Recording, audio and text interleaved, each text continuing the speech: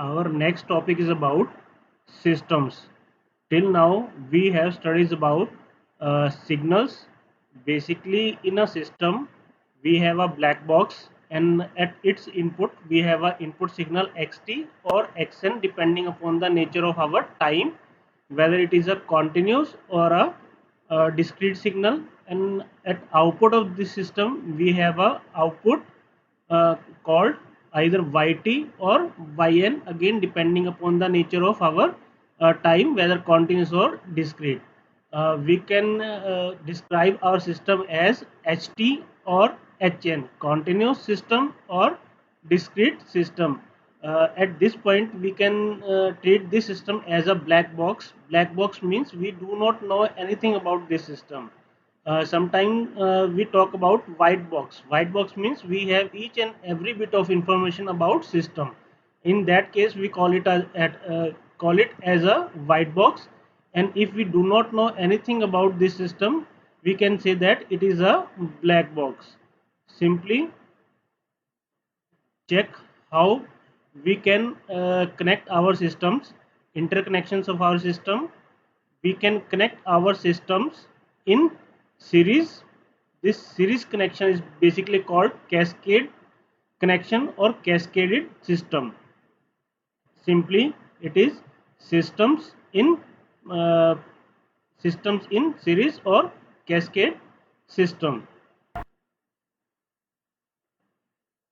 Second, we can connect our systems in a parallel combination. Here we can see that we have two systems, S1 and S2, and we have combined these two systems in a parallel connections. We have a common input to both of these systems, and output of these two systems are basically combined to produce a final output. This type of basically system are called parallel systems. We can have any arrangement of connection over our systems.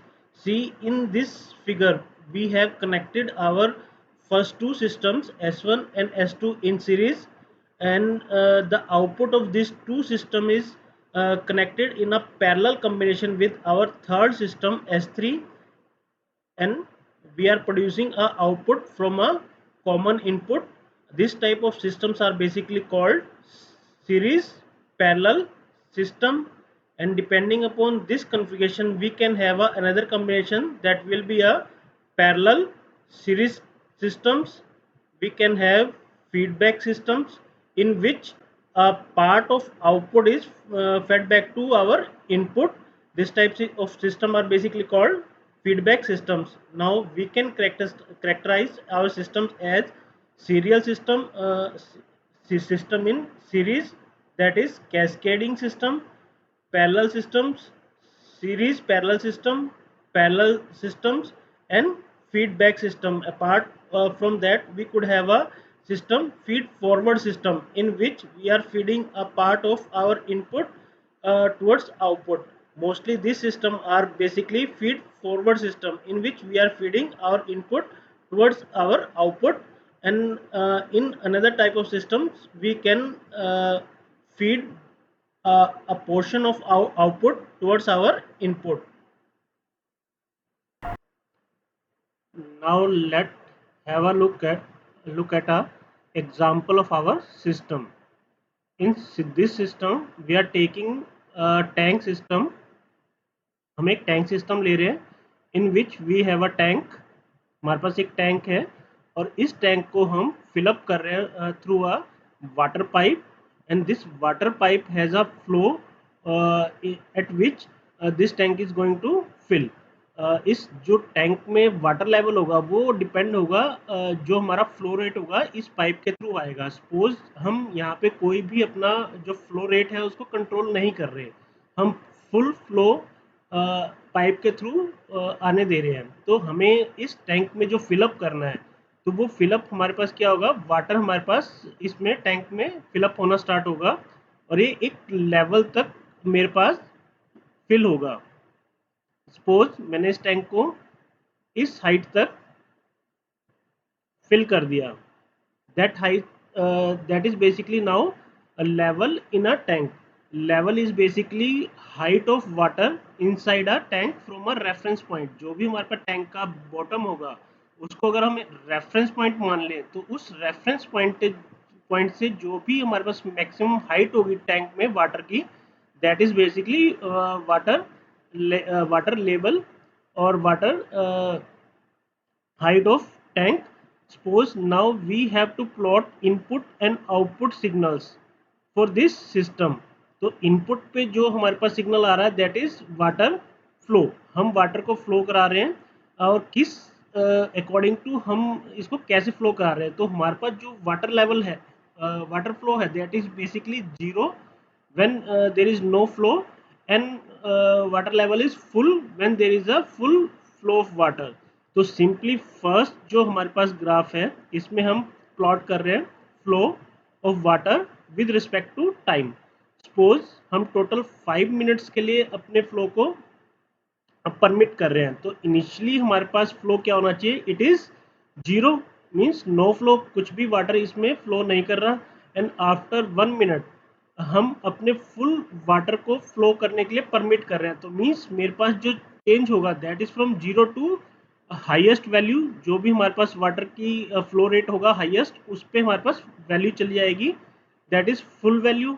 तो zero to full, that is sharp change, means it is a step signal. Then this step will stay constant value आएगी till 5 minutes, कि हम पूरे 5 minute के लिए इसको flow होने दे रहे हैं और हमारे पास टैंक में जो वाटर लेवल है that will increase with in this period. and after that, after 5 minutes we are closing our tap completely, means after 5 minutes हमारे पास जो water level है that is completely stopped। now at output हम output पे इसका जो signal create कर रहे हैं that is basically water level inside our tank. जो हमारे पास टैंक के अंदर वाटर लेवल है उसको हम चेक कर रहे हैं कि वो हमारे पास कैसे बिहेव करेगा। सपोज हम इसको टोटल 8 मिनट्स के लिए प्लॉट कर रहे हैं, 0 1 2 3 4 5 6 7 एंड 8। तो इनिशियली जब मेरे पास जो आउटपुट पाइप है दैट इज क्लोज बेसिकली, अब इसमें आउटपुट पाइप में कोई भी वाटर फ्लो नहीं कर रहा, तो मेरे पास क्या होगा, water level inside my tank that will increase. तो इंक्रीजिंग मेरे पास कब स्टार्ट होगी, आफ्टर 1 मिनट्स, क्योंकि आफ्टर 1 मिनट के बाद ही हम उसमें अपना इनपुट फ्लो कराना स्टार्ट कर रहे हैं। तो आप चेक कर सकते हो कि जो मेरे पास वाटर लेवल है, सपोज मैं इसको जो टैंक हाइट है maximum that is 4 feet pick कर रहा हूँ कि मेरे पास मैक्सिमम जो वाटर लेवल होगा इट विल बी 4 फीट। तो इनिशियली मेरे पास 0 to 1 में इसमें कुछ भी वाटर लेवल नहीं होगा, इनिशियली हमने कुछ भी इनपुट फ्लो नहीं दिया। एंड आफ्टर 1 मिनट्स हमारे पास जो वाटर लेवल है it will start increasing till 5 minutes, कि 5 मिनट्स तक ये मेरे पास इंक्रीज करेगा एज अ रैम्प। और आफ्टर 5 मिनट्स हम चेक कर सकते हैं कि जो हमारे पास टैंक में वाटर लेवल है that is 4 feet. And after 5 minutes मैंने अपना इनपुट फ्लो जो है दैट इज हमने क्लोज कर दिया। तो इनपुट क्लोज करने के बाद ये लेवल मेरे पास यहाँ पे कांस्टेंट होना चाहिए, बट मैं क्या कर रहा हूँ कि आफ्टर दिस 5 मिनट्स मैं अपना जो आउटपुट फ्लो है इसको ओपन अप कर देता हूँ। तो आउटपुट फ्लो मेरे पास अगर ओपन होगा तो टैंक में से मेरे पास जो लेवल है वो क्या होगा, डिक्रीज होना स्टार्ट हो जाएगा। तो level will start decreasing after 5 minutes. 5 minute के बाद मैं फर्स्ट इनपुट फ्लो रेट को तो क्लोज कर रहा हूँ और मैं आउटपुट जो मेरे पास फ्लो रेट है उसको मैं ओपन अप कर रहा हूँ। तो रिमेनिंग मेरे पास अब क्या आना चाहिए, इन बिटवीन 5 to 8 मेरे पास वाटर लेवल जो है वो डिक्रीज होना स्टार्ट हो जाएगा। और आफ्टर सर्टेन टाइम्स, सपोज हम यहाँ पे 8 मिनट्स ले लेते हैं, आफ्टर सर्टेन टाइम 8 मिनट्स हमारे पास जो फ्लो है वाटर लेवल है it will decrease to zero value। Now we can see that at 5 after 5 minutes we have full tank, and after 8 minutes we have empty tank। In this way we can plot these two signals, input signal as well as our output signal, and our system is tank filling system कि हम एक tank को fill कर रहे हैं and then after certain time हम उस tank को एम्प्टी आउट भी कर रहे हैं।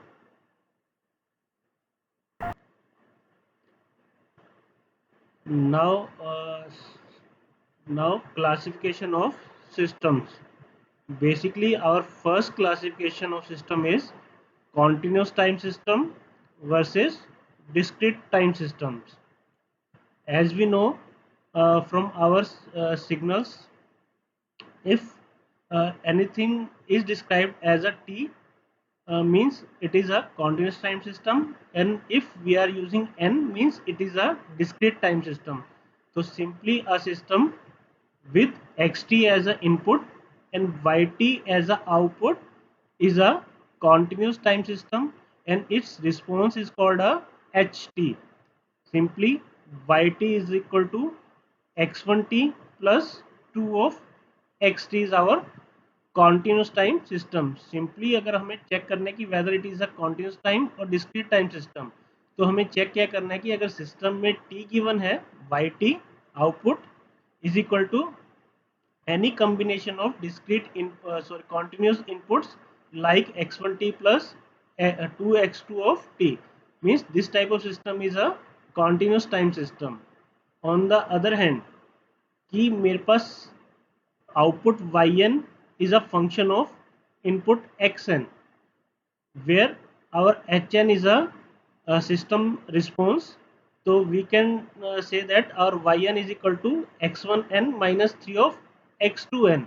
तो अगर हम चेक करें कि हमारी जो आउटपुट है दैट इज डिस्क्रीट और हमारे इनपुट जो है दैट इज आल्सो डिस्क्रीट, और जो हमारा सिस्टम फंक्शन गिवन है वो भी हमारे पास डिस्क्रीट है h n, means this type of system is called discrete time system. और इसका एग्जाम्पल क्या हो सकता है कि मेरे पास वाई एन आउटपुट गिवन है that is a function of x one n minus 3 of x2n.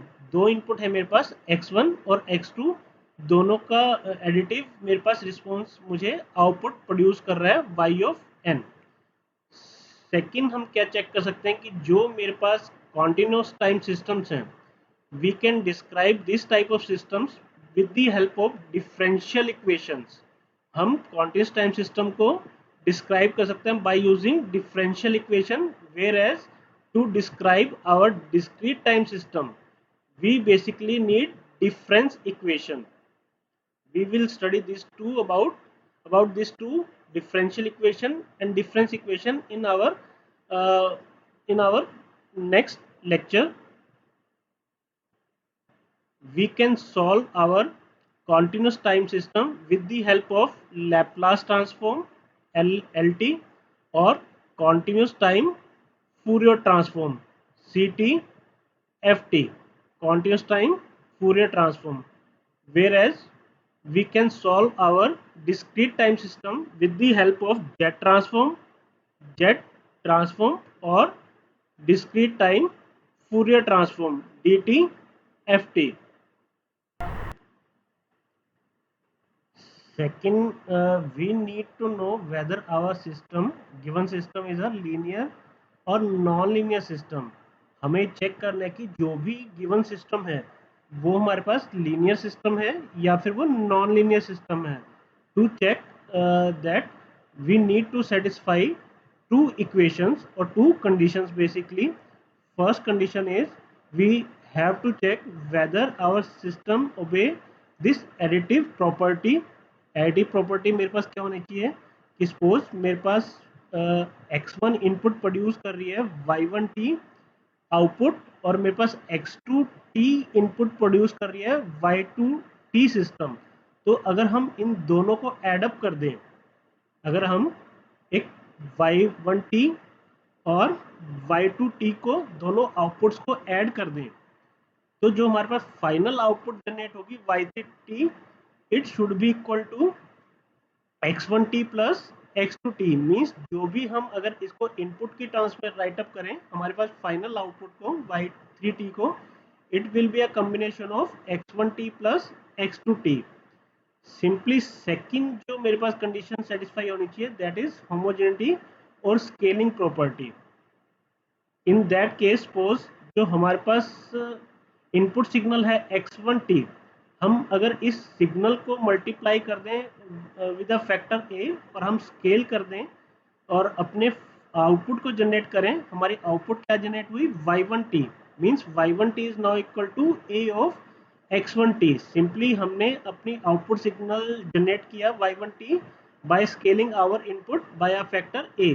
Similarly हम अपना सेकंड जो आउटपुट जनरेट कर रहे हैं y2t, it is a scaled version of x2t और स्केलिंग फैक्टर नाउ मेरे पास क्या हो गया b। तो y2t is now equal to b into x2 of t।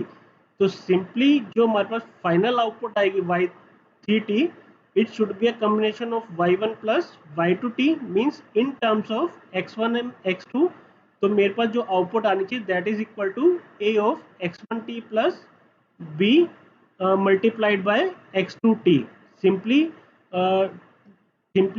System to be a linear, हमारे पास दो कंडीशंस होनी चाहिए, first additive property and second homogeneity property. Now check how can we solve a numerical based on this linear property. We have to check whether a given signal is a linear system or a non-linear system. तो simply जो मेरे पास given system है that is basically yt is equal to T square multiplied by x t minus one. Simply हमें जो input given है that is xt और इस xt इनपुट से हम एक सिग्नल जनरेट कर रहे हैं आउटपुट दैट इज yt। तो सिंपली अगर मुझे फर्स्ट सिस्टम क्रिएट करना है तो उसके लिए मुझे क्या करना होगा कि मैं y1t को लिख रहा हूँ that is equal to T square multiplied by x1 t minus one. कि मुझे फर्स्ट क्या करना होगा, मुझे दो सिग्नल क्रिएट करने होंगे y1t and y2t depending upon our input signal x1t and x2t। और जो मेरे पास ये y1t और y2t आ जाएगी, इन दोनों को मुझे कंबाइन करना होगा y1t plus y2t to produce our final output y3 of t। तो इस वे में मैं फर्स्ट क्या कर रहा हूँ, अपना y1t सिग्नल जनरेट कर रहा हूँ। y1t is now equal to T square x1 t minus one. तो चेक कर सकते हैं कि मेरे पास सिस्टम में क्या क्या होगा कि हमारे पास जो इनिशियली x1t सिग्नल गिवन है इसको हम शिफ्ट कर रहे हैं बाय वन फैक्टर, कि जो हमारा शिफ्टिंग ऑपरेटर है दैट इज वन। तो फर्स्ट जो मेरा सिस्टम है वो मुझे टाइम शिफ्ट सिग्नल प्रोड्यूस करेगा। Now time shifted version of my signal is x1t minus one. And इसको अब हम एम्पलीट्यूड स्केलिंग कर रहे हैं। एम्पलीट्यूड स्केलिंग कैसे कर रहे हैं कि हम इसको मल्टीप्लाई कर रहे हैं बाय फैक्टर टी स्क्वेयर। तो सिंपली यहाँ पे मेरे पास एम्पलीफिकेशन क्या हो जाएगी, टी स्क्वेयर। तो फाइनल आउटपुट मेरे पास y1 और t क्या होगा that is equal to T square multiplied by x1 t minus one shifted version of our input multiplied by a scaling factor t square. Similarly हम second signal generate कर सकते हैं y2 of t। तो y2 of t की मेरे पास अब value क्या हो जानी चाहिए, y2 of t is now equal to T square multiplied by x2 of t minus one. Similarly हम पहले x2 ऑफ t को शिफ्ट कर रहे हैं बाय फैक्टर वन। तो मेरे पास x2 t minus one generate हो जाएगा and after that we will multiply this signal with a factor t square to produce our final output y2t। तो हमने जनरली दो इंडिपेंडेंट अपने सिस्टम पिक किए, इन दोनों इंडिपेंडेंट सिस्टम से हमने अपनी y1 और y2 दो आउटपुट्स जनरेट कर ली।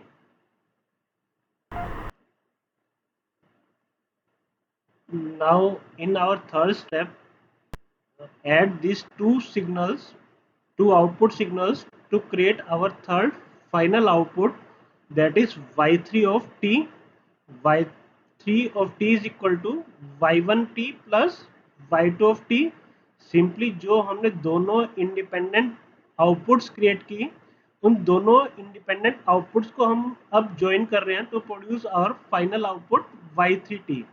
और इस y3t को भी हम एक्सप्रेस कर रहे हैं now in terms of our input signal x1t and x2t।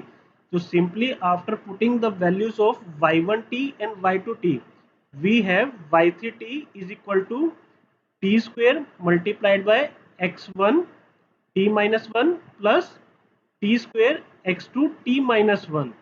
तो simply that is a completion of our first part. जब हमने अपने दोनों सिग्नल्स को, दो सिस्टम हमने जनरेट किए, दो सिस्टम जनरेट करने के बाद दोनों सिस्टम को हमने x1 t और x2 t as a independent input apply किया। इन इंडिपेंडेंट इनपुट के अकॉर्डिंगली हमारे पास दो इंडिपेंडेंट आउटपुट्स जनरेट हुई y1 t and y2 t and ultimately हमने इन दोनों आउटपुट्स को एड अप कर दिया to create our third output, final output y3t। और इसको हमने again in terms of our input signal x1t and x2t describe किया। तो सेकंड स्टेप में हमें क्या करना है, in our last step we have to create another system. हमें एक अनदर सिस्टम क्रिएट करना होगा to find a output y3t। y3t के लिए हमारे पास जो इनपुट होगी that is x3 of t। अब मुझे कंबाइंड इनपुट अप्लाई करनी है हमारे सिस्टम को। पहले हमने इंडिपेंडेंट इनपुट्स अप्लाई की थी, बट अब मुझे कंबाइंड इनपुट अप्लाई करनी है। तो ये combined input x3 of t मेरे पास क्या हो जाएगी, it is equal to x1t plus x2t। तो सिंपली सेम सिस्टम है मेरे पास, लेकिन अब इस सिस्टम को हमने जो इनपुट अप्लाई की that is x3 of t।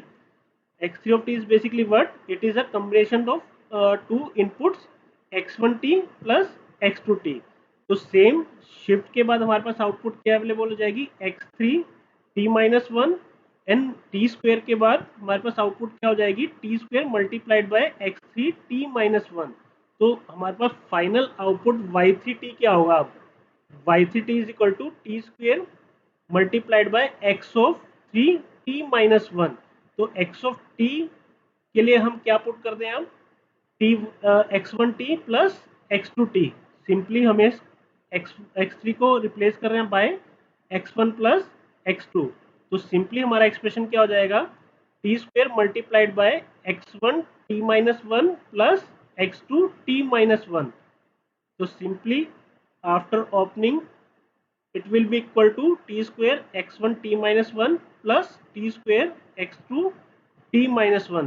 तो हम इसे चेक कर सकते हैं कि जो हमें थर्ड स्टेप में आउटपुट ऑब्टेन हुई थी वो सेम आउटपुट हमारे पास फोर्थ स्टेप में भी ऑब्टेन हो रही है। तो means this type of signal is basically a linear system, कि अगर हम इंडिपेंडेंट अपने इनपुट्स का और आउटपुट्स का कॉम्बिनेशन बनाएं और जो आउटपुट्स हमारे पास आ जाएं उनको हम एड अप कर दें। इन सेकंड केस हम क्या करें कि हम एक कंबाइंड इनपुट अप्लाई करें। कंबाइंड इनपुट x3 हो जाएगी हमारे पास, और किसका कॉम्बिनेशन होगी, x1 प्लस x2 का। और इसके अकॉर्डिंग जो हमारी फाइनल आउटपुट प्रोड्यूस होगी y3t, ये अगर हमारे पास इंडिविजुअल इफेक्ट्स के कॉम्बिनेशन के इक्वल आ जाता है तो means our system is a linear system, otherwise it is a non linear system. In our next numerical we have to check whether our system is a linear or not, which is a discrete time system, and it is described by a equation yn is equal to x square n। Simply we can say that our output yn is a square of xn। So simply to check this we have to first create two systems for which we have to create two outputs y1n and y2n। तो simply जो मेरे पास y1 of n होगा that is equal to x1 of x1 n square और x1 square of n। तो simply मेरे पास input क्या हो जाएगी, x1n।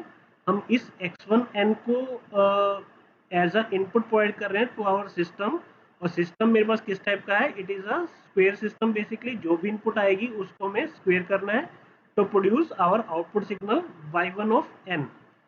सिमिलरली हम अपना सेकंड आउटपुट जनरेट कर सकते हैं y2 of n, that is now equal to x2 square n।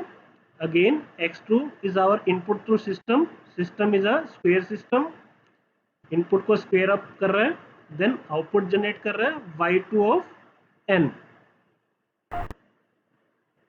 Now combine these two independent outputs y1n and y2n to produce our final output y3 of n, which is equal to yt y1 of n plus y2 of n। Simply put values of y1 n and y2 n, that is x1 square n plus x2 square, and that is our final output when we are treating our system as a independent system. अगर हम दोनों system को independent system treat कर रहे हैं और independent system की मेरे पास इनपुट क्या हो जाएगी x1 और x2, और जो इसकी आउटपुट्स मेरे पास प्रोड्यूस हो रही हैं y1n एंड y2n, इनको हम फाइनली एडअप कर रहे हैं to produce our third output y3 of n। Simply second हमें क्या चेक करना है कि हम अपनी जो इनपुट है अब उसको हम कंबाइंड इनपुट अप्लाई कर रहे हैं हमारे सिस्टम के ऊपर। तो जो हमारी कंबाइंड इनपुट है that is basically x3 of t, x3 of n हम अप्लाई कर रहे हैं अपने सिस्टम के ऊपर, और हमारा सिस्टम क्या कर रहा है इस x3 ऑफ n को भी ये स्क्वायर अप करेगा। स्क्वायर अप करने के बाद हमारे पास जो फाइनल आउटपुट है y3 ऑफ n हमारे पास डेवलप हो जाएगी। तो x3 of n is basically now what? It is a combination of x1n plus x2 of n। दोनों इनपुट्स को हमने यहाँ पे कंबाइन करके सिस्टम को प्रोवाइड किया है। फर्स्ट केस में हम दोनों इनपुट को इंडिपेंडेंट इनपुट ट्रीट कर रहे थे और अपने सिस्टम को अलग अलग उसको प्रोवाइड कर रहे थे। बट सेकंड केस में हम अपनी x3t को combination of both inputs x1n और x2n चेक ले रहे हैं और इसको हम अपने सिस्टम को अप्लाई कर रहे हैं। तो सिंपली जो हमारे पास आउटपुट आएगी y3 of n, now it is equal to x3 square of n। तो सिंपली हम इसको लिख सकते हैं x3n टोटल स्क्वायर। तो simply now put value of x3n is equal to x1n plus x2n in this expression। तो मेरे पास y3n क्या हो जाएगा x1n plus x2n total square, open up this term x1 square n plus x2 square n plus 2 x1n multiplied by x2 of n। Now हम दोनों से check कर सकते हैं कि जब हम इंडिपेंडेंट अपनी आउटपुट्स जनरेट कर रहे थे और उनको कंबाइन कर रहे थे तो जो हमारे पास y3 ऑफ t आया था, y3 ऑफ n आया था, that is basically not equal to y3 of n जब हम अपनी कंबाइंड इनपुट अप्लाई कर रहे हैं और अपना second y3 of n generate कर रहे हैं। तो जहाँ पे मैंने इधर y3 ऑफ t लिखा है इसको भी आप करेक्ट कर लेना है, y3 ऑफ n है यहाँ पे भी। तो बेसिकली अब मेरे पास दोनों एक्सप्रेशन को कंपेयर करने के बाद हम चेक कर सकते हैं कि मेरे पास सिस्टम जो है that is non linear basically, और नॉन लीनियर में जो नॉन लीनियरिटी आ रही है वो किसके कारण आ रही है, वो इस एक्स्ट्रा टर्म के कारण आ रही है जो हमारे पास सेकंड एक्सप्रेशन में 2x1n मल्टीप्लाइड बाय x2n है। ये एक एक्स्ट्रा टर्म है मेरे पास दोनों को कंपेयर करते हो तो, और यही बेसिकली मेरे पास नॉन लीनियरिटी है जो इस सिस्टम में मेरे पास नॉन लिनियरिटी जनरेट कर रही है। अगर हम इस नॉन लिनियरिटी को रिमूव कर देते हैं समहाउ, तो मीन्स हमारा सिस्टम जो है वो लीनियर सिस्टम में क्रिएट हो जाएगा। But for a given system y n is equal to x square n, our system is a non-linear system basically। In our third example, same we have to check whether the given system is linear or non-linear system। और जो system given है that is basically yn is equal to x n plus one minus x n minus one. तो हम first अपने first output को generate कर रहे हैं y1 ऑफ n। तो y1 ऑफ n जनरेट करने के लिए हमें हमने क्या किया कि हमने x1n इनपुट प्रोवाइड की हमारे एक सिस्टम को, जिसमें कि वो फर्स्ट शिफ्ट प्रोवाइड कर रहा है -1 का और सेकंड शिफ्ट प्रोवाइड कर रहा है वो +1 का। तो दोनों सिस्टम को जो मेरी इनपुट है कंबाइंड इनपुट मैंने अप्लाई की, और कंबाइंड इनपुट अप्लाई करने के बाद मेरे पास जो फर्स्ट सिस्टम की आउटपुट आएगी दैट इज x1n+1, और सेकंड जो सिस्टम है उसकी जो आउटपुट आएगी दैट इज x1n-1। और तो मेरी फाइनल आउटपुट y1n क्या हो जाएगी, it is x1n+1 minus x1n-1। Check करोगे कि जो हमने यहाँ पे ऑपरेटर यूज किया है this operator is now negative, कि मैं यहाँ पे ऐड नहीं कर रहा, इन दोनों को सब्ट्रैक्ट कर रहा हूँ। तो मेरे पास y1n कॉम्बिनेशन हो जाएगा x1n+1 माइनस x1n-1 का। सिमिलरली हम क्या कर सकते हैं कि हम अपनी सेकंड आउटपुट जनरेट कर सकते हैं y2 of n। y2 of n अब मेरे पास किससे प्रोड्यूस होगी, by using x2 of n as a input। तो x2 of n इनपुट है, तो इसका भी फर्स्ट सिस्टम की आउटपुट क्या हो जाएगी, x2 n plus one. Shifted version है, टुवर्ड्स लेफ्ट हैंड साइड हम शिफ्ट कर रहे हैं, -1 ऑपरेटिंग है शिफ्टिंग का, तो आउटपुट क्या होगी x2 n प्लस वन। और सेकंड केस में हमारे पास क्या होगा, सेकंड ब्रांच में जो हमारे पास आउटपुट है that is x2 n plus x2 n minus one, sorry. तो दोनों को अब हम क्या कर रहे हैं, माइनस सब्ट्रैक्ट कर रहे हैं एक दूसरे में से, और हमारे पास y2n आउटपुट जनरेट हो रही है, that is equal to x2 n plus one minus x2 n minus one. Simply अब इन दोनों आउटपुट्स को y1 और y2, हम इन दोनों आउटपुट्स को एडअप कर रहे हैं to produce our third output y3n, now which is equal to y1n plus y2 of n, or in terms of our input it is equal to x1 n plus 1 plus x2 n plus 1 minus x1 n minus 1 minus x2 n minus 1. Hence the output y3n, we can write it as a x1 n plus 1 minus x1 n minus 1 plus x2 n plus 1 minus x2 of n minus 1. For combined input, now apply x3 of n as a combination of x1 n plus x2 n and simply produce our final output y3 of n.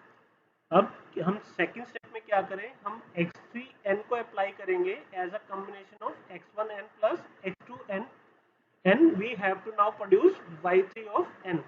Simply same मेरे पास system create होगा, but now with x3 of n input, और इन दोनों का जो भी मेरे पास combination है उससे हम y3 of n प्रोड्यूस कर रहे हैं। तो हम चेक कर सकते हैं कि y3 of n is now equal to x3 of n plus 1 minus x3 of n minus 1।